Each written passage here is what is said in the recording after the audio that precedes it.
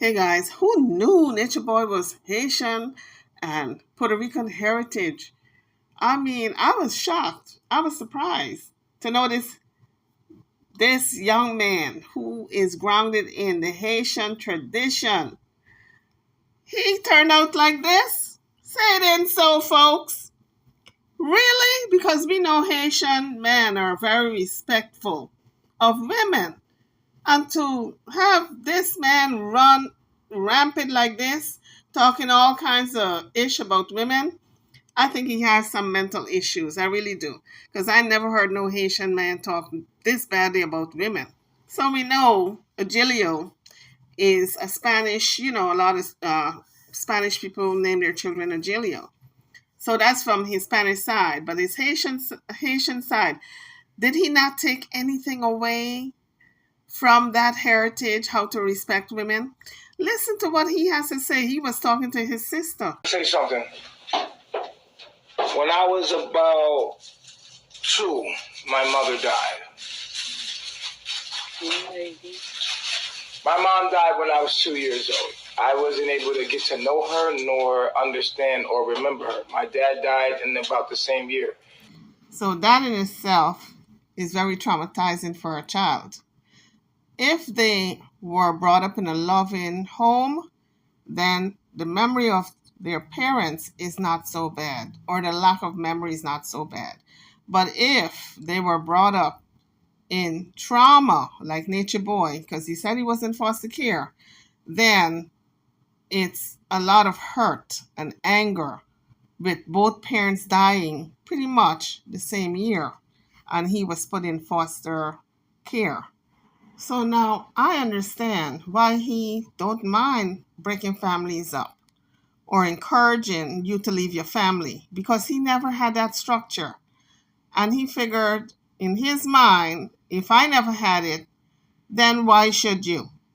I remember there was one young woman, I believe her name is Star, and she was saying that she wanted to join the group. And when she spoke to him over the phone and told him she had children, he told her to put her children in foster care.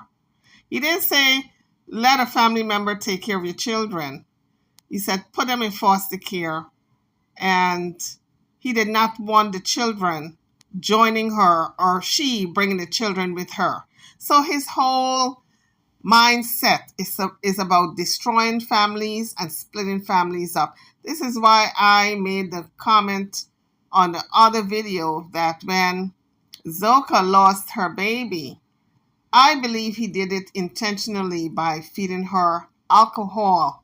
Every time he would rape her and feed her alcohol before the rape.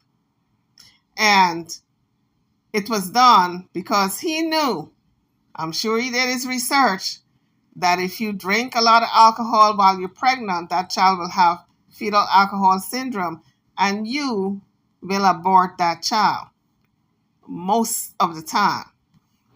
And I believe this to be true because I saw even another video where he was saying that he has this mindset of a lion where he does not want any other man's seed in the woman that he is seeing. He will try to get rid of the seed of that man so he can implant his own seed in that woman. And that was the situation with him, Zoka, and Solar. Solar had his seed in Zoka because she was carrying his child. And Nature Boy, I believe, deliberately destroyed that baby by feeding the mother, Zoka, alcohol. And I want to remind you guys again that Zoka was only 19. She was a young girl, just fresh in a cult with all these grown people around her. Because 19, you're a teenager. You just coming out of your mama's house. So she was not wise to the ways of the world. She had one sexual encounter prior to Agilio. That's what Kendra said. So now, getting back to his family, we can understand why he acts that way around women.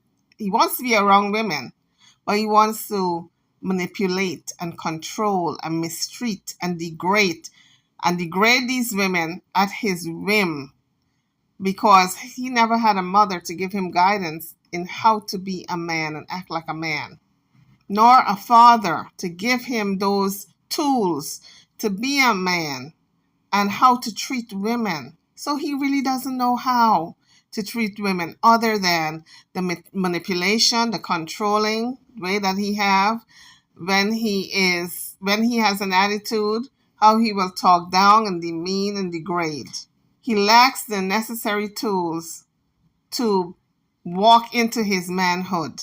So he's really operating on a boy's level when you think about it. This is why he wants all these teenage girls around him. And he's a grown man of 30 plus. And so let's get back to the video. My mom died when I was 2 years old. I wasn't able to get to know her nor understand or remember her. My dad died in about the same year. So I never get to see them. I never have memories of my mother and father. I don't have aunts, uncles. I don't know them. If they're there, I don't know them. And this is my oldest sister. Not older, but we have another sister. She was alive. It was her and Tanya and Nigel. This is Nigel. That was Tanya. Tanya was our older sister. She passed away recently. And I don't have a mother, but this is the closest thing that I have to a mother, right here. We come from the same mother. We come from the same mother, different fathers, same mother. This is the only thing that I have left of my mother, and you will respect her. That's a fact. We hear one of the young ladies in the background saying that's a fact. And she, I guess, is so brainwashed. I wonder who was that. But so it was very interesting to me when he said, this is the only sister that I have. She's like a mother to me, and you're going to give her the respect she deserves. And that was very interesting to me because he does not respect these women, or he did not respect these women, but yet he was demanding respect of them towards his sister. And I'm telling you, ladies out there, whenever you see a man who is grown 30 plus, and he's with teenagers, want to be with teenagers, hanging out with teenagers, he's not mentally mature for you. He's still operating in that boy stage. And this is why Gilio wanted all these young women around him, because he's not fully a man. He's a man physically, but not mentally. Oh, he talked a good game. He can talk you out of your sandwich. You eating a sandwich, and he can talk you out of that, and you will give it to him. But that's about it. In terms of maturity in a relationship, he did not and does not have it. So, in my opinion, he's not equipped to be in any woman's life, and not equipped to even be called a husband, a partner, a mate, a father. None of that, because he lacks the tools. And so young women who are not aware and who are still navigating life and learning about life, he can pull that okie doke on them. But a seasoned older woman, he could not pull that on. This is why the older women, like Mama Dia, who joined the group, he did not have sexual relations with her because he couldn't pull all that foolishness with her. He can only do that with a younger crowd of women there, or who were there, who he can manipulate and control. So let's continue to listen. This is when his sister visited him. Okay? This is my mother. This is what I have left with my mother. So, have some respect. Okay? Have some respect. Period. Send love. Send love. I love y'all. And I love her dearly. And she's made me a better person since she's been in my life, because she let me know how much respect I have for women. She reminded me. So when he said that, I said, oh boy, that is a very untrue statement. How can she say that he has respect for women when she didn't even know him? They were just trying to come back into each other's lives after she was, 8 or 9, and he was 2 when they split up, and they were just trying to get to know each other after They connected on the internet after he found his sisters. So how can she know him in that capacity that he respects women? She didn't know a thing about him. So what he was saying, I'm sure she probably told him that just to remind him that he ought to respect women. That is called reverse psychology. Because I'm sure by that time she had seen all the videos out on YouTube land with him degrading and demeaning and talking a lot of negative things about women. And I'm talking about the women who were there in the camp with him. Let's continue. My daughter reminds me about how much respect I have for women, and this is the other thing that governs my respect for women. Because this is my sister, and if anybody fucks with her, I'll kill them. Where we come? I will come for your Sis. Good. And I want them to know it, so I fucking love you to death. Anybody fuck with my sister, my mother, the only bit of my mother I have left, I will get you. So, man, it's the last bit. She's the only woman left in our direct line. Everyone else is either... Sis, tell me where we from, sis. Tell me where we from, sis. New York, Harlem, New York. Tell me where we from. Harlem world. Tell my sis, when I was a baby, where was we living? Wagner Project. What building? San Palladino. 10 Balladino, and we lived on what floor? 10E. 10E, nigga, apartment 10E. And my dad, tell him about my dad. My dad was Puerto Rican. He met my mom, she's Haitian. And I'm Haitian and Puerto Rican, right? Mm-hmm. So when they met our mom, when my dad met her mom, my dad was how old when he had me? 60. Was he 60? I got the records. He's 60 years old when he had me. Papi Gino was 60. Papi Gino was 60 years old. That's why you have an old soul. He was 60 years old. And Dang, Mommy was what? Mommy was what, 30? Oh, she was young, in her 30s. My sister was at an age where she remembered everything. So she told me a lot of stories about my dad. Tell these people about my dad. I miss him. He didn't speak a lot of English, or good English. It's like I get my brother as Papi Gijo because Papi Gijo wasn't here long. Papi Gijo is what they call my dad. They call my dad. But that was the dad that I knew. Yeah. He was like one of my mom's dudes, and he took care of us. He took care of us. And they never let... My dad was a merchant seaman, but when he met my mom... He was a sea merchant. He was a sea merchant, and then when he met my mom, he quit. He put that to the side, and he opened up a bar. When my brother was... In Harlem. He opened a bar in Harlem. And that's where I got my baby picture at, in the bar with my mom and dad. They were I told him that story too. And then my dad was a Scorpio, my mom was a Leo. And she did not play. Spanish Harlem in the 80s, going into the 90s. I was born in 82. We were from Harlem. Mm-hmm. We got split up. Tell sis. Mm-hmm. We got split up. I was a baby. My sister was. My sister. Like, at least 8, 9. She was 8. Yeah. And we got split up. They took us in 2 cars. It was you. Her dad is different from my dad. So her dad, siblings, which was hers, Tanya and Demetrius. And then it was me and Leo. And another car. Another car. And they split us up at a young age. I was too young to remember. Yeah. What you told me. Yeah. And they split us up. At foster care, they split us up. And I'm going to tell you this. That was traumatizing for me. My whole life, my whole youth that I remember was trying to find you. I need a charger, guys. Hey, look. I was trying to find you and Tanya in my childhood. That's all I remember. I want to find my sisters. Because when we got split up, I felt it. And I was like, where's my sisters? Yeah. It was a... Right. And they was telling me, blah, blah, blah, blah, blah, trying to make me not believe. They give me ice cream and, go look at it. Trick your ass. Yeah. But I never forgot you. Aww. I never forgot you, sis. I never forgot you and sis. I never forgot y'all. Yet no one can make me forget. And I found you.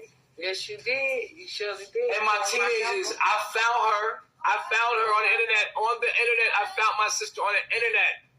I found both my sisters. I found Tanya and Nigel on the internet. I was looking for you all my life. I was looking for you. So what we know about Julius so far is that when he was about 2, both parents passed away. Pretty much the same year. He has 3 siblings. He has a brother by the name of Leo. And he's got Tanya, who passed away. Anaja, the sister he's talking to. And his dad, Papi G, he was a merchant marine. And he conceived Agilio when he was 60 plus. So he was an old man when he conceived Agilio. And so, he pretty much was brought up in foster care because he said when he went, you're going to hear it later on, when he went to live he was adopted by a man named Bishop who adopted him and his brother Leo. But he was bad. He was unruly, so they put him in foster care. And I guess he never left foster care. So I'm wondering what happened to his brother Leo, if he turned out okay. And I'm also wondering about the other brother, Ankar. I think it was a boy, Ankar, because the sister did mention Ankar. So it was 3 boys and 2 girls. Let's continue. Yeah. And Tanya. Because I was like, they took us from our sisters and they separated us. They separated us. Because we got the same mother, but at a young age, they separated us. We went to the Bronx, and you went to Queens. Yeah. They was older than us, and we was only looking for us, and then they took us to the Bronx, and then we got adopted, and we went to Jersey. Mm-hmm. Oh, really? We went from the Bronx to Jersey, me and Leo. Me and Leo went from Bronx to Jersey, and the bishops adopted us. Soon as they adopted us, they started treating us different. I went to jail. I went to the group home. They put me in the group home. The Leo stayed. Yeah, I started acting up. I was crazy. Being rebellious. I'm not a nigga to control. I know that at a young age, you can't control me. Yeah. I'll make you think you're controlling me just to backhand you and to get it. You understand? You can never control me. Because I will make you think you're controlling me just to get in a position to scheme my way back into control. That's the kind of nigga I am. You can have it. That's what I tell people, don't try to fight me. And so he's trying to rationalize all his bad behavior. And that's just the young brain talking, the adolescent, the young brain that never developed into manhood talking. So according to Freud's psychoanalytical theory, the id is the primitive and instinctual part of the mind that contain drives and hidden memories. The superego operates as a moral conscious, and the ego is the realistic part that mediates between the desires of the id and the superego. So as human beings, the id, the ego, and the superego are always operating interchangeably. So just a quick recap again, the ego is the realistic part of the brain, and it mediates between the desires of the id and the superego. So whenever the id or the superego is doing something that's not right, the ego is supposed to come into play and say, no, that's not right what you're doing, and be the moral compass of that person. So by the definition of Freud's psychoanalytical theory, it sounds like if Agilio falls into this, more into the id than the ego or the superego, because the id, it is said here, is a primitive and instinctual part of the mind that contains sexual and aggressive drives and hidden memories. So the id in Nature Boy is fully operating on a very heightened level because he's hypersexual. That comes under the id. The ego is more realistic. His ego when it comes to his mentality, the ego part of the three is not operating hardly because he's not being realistic about a lot of things. Because according to Freud, the ego is the realistic part of the mind that mediates between the desires of the id and the superego. So the ego part of Nature Boy's mind is hardly operating to mediate between his desires, his sexual desires, the id and the superego. It's not mediating between those two. So pretty much, according to Freud, he has allowed the id to run amok because he is not in balance with himself. Between the id, the ego, and the superego, the id has taken control. And the ego that's supposed to mediate between the id and the superego, that ego is not operating fully. That's the realistic part of the mind that tells you what is right and wrong. So let's continue. Don't try to fight me because I'm not a person that likes to lose. Because if I lose, I never lose. Because I'm gonna find a way to win. I'm gonna get mine. And I knew that about me because in prison I would never give up. You beat me this time, nigga, I'm gonna come back later. Get your ass, yeah. I'm never gonna give up. So when you've come into your adulthood as a man or woman, you don't try to win every single battle or fight. You try to mediate. That's where the ego comes in. To mediate situations we're in rationally without provoking the person, insulting, demeaning. We try to come to a meeting of the mind. In other words, meet me in the middle. Let's talk about it. Let's sit down rationally and talk about this. That's where the ego comes in. And that's moving into your adulthood. So when Nature Boy talks about he'll never lose, he can never lose, he's always scheming and plotting. You may win him this time, but he's planning on scheming how to beat you overall in the next round. That is operating on a childhood level. That's not his ego level, his ego state. That's operating in the primitive mind, the primitive state, the it state. Let's continue to listen and understand Nature Boy and break him down. And then you don't wanna go to war with me because I ain't gonna quit. I ain't gonna quit. I'm the type of nigga that you got the gun to the nigga head. I swear to God on my daughter life. If you got the gun to my head, I still will tell you, fuck you, nigga. Right. I'd rather die a real nigga than a coward. And you kill me, boom, and then I die. But I refuse. Yep. To just let you take me. To let you take my money. Right.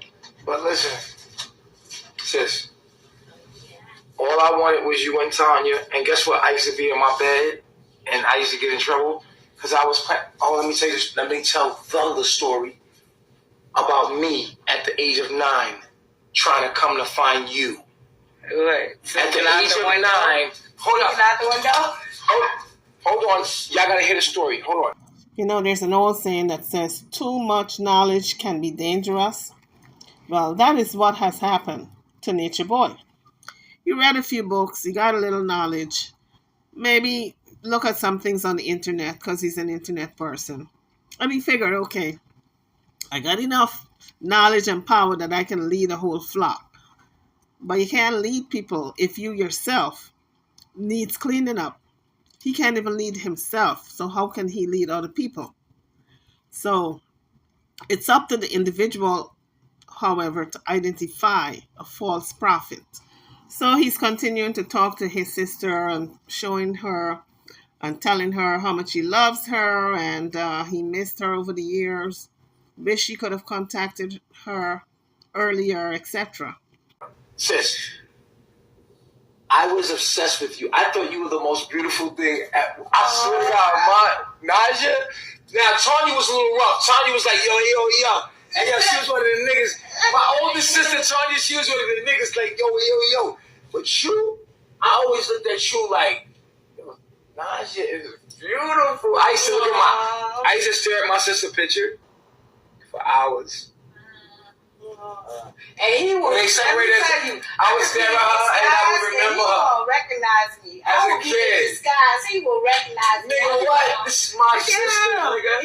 He put that pocket. Hell yeah. Hey, yo, I thought Naja was the most beautiful woman to me. To me, in my mind, I never seen a woman more beautiful. I used to stare at your picture for hours. That was like my sister. And every time somebody asked me about my sister, I was like, yo, my sister, she beautiful. She chocolate. She beautiful. Yo, everybody love my sister. And yo, and I used to show pictures of you, and I used to brag about you. That's on everything, and I love. Like, in my mind, you was the epitome of my freedom. Because I felt like they split us up, and we got lost from each other, and I felt like from that moment, we was never the same. And I was always trying. There was times at night, as kids, I gotta go, brother. That's for me. Where you going? Oh, okay. So at that point, the sister's ride, the person who was going to be picking her up came. I guess it was a cab, because if it was someone like a husband or a mate, she would have introduced the person to Agilio. But in any event, we got a real sense of who Agilio is at the core. He is a man without family, except for this one sister. Parents died when he was 2. Moved into foster care because he couldn't behave in the home where the people adopted him. They put him in foster care. He was in foster care, I guess, for a while before he became an adult. And so we see him lost. He's really lost because no grandparents to turn to, no parents, aunts, uncle, cousins. So I'm sure these people exist, but he does not know them because he was lost in the foster care system and no one came to look for him. And so YouTubers, you guys got to see a little bit of who Agilio is and why he is the way he is today, with this warped mentality of controlling people, dividing families, because he never had a family to call his own. YouTubers, drop your comments in the comment section. I'm over now. Don't forget to like, share, and subscribe to my channel and to this video. Thank you for watching.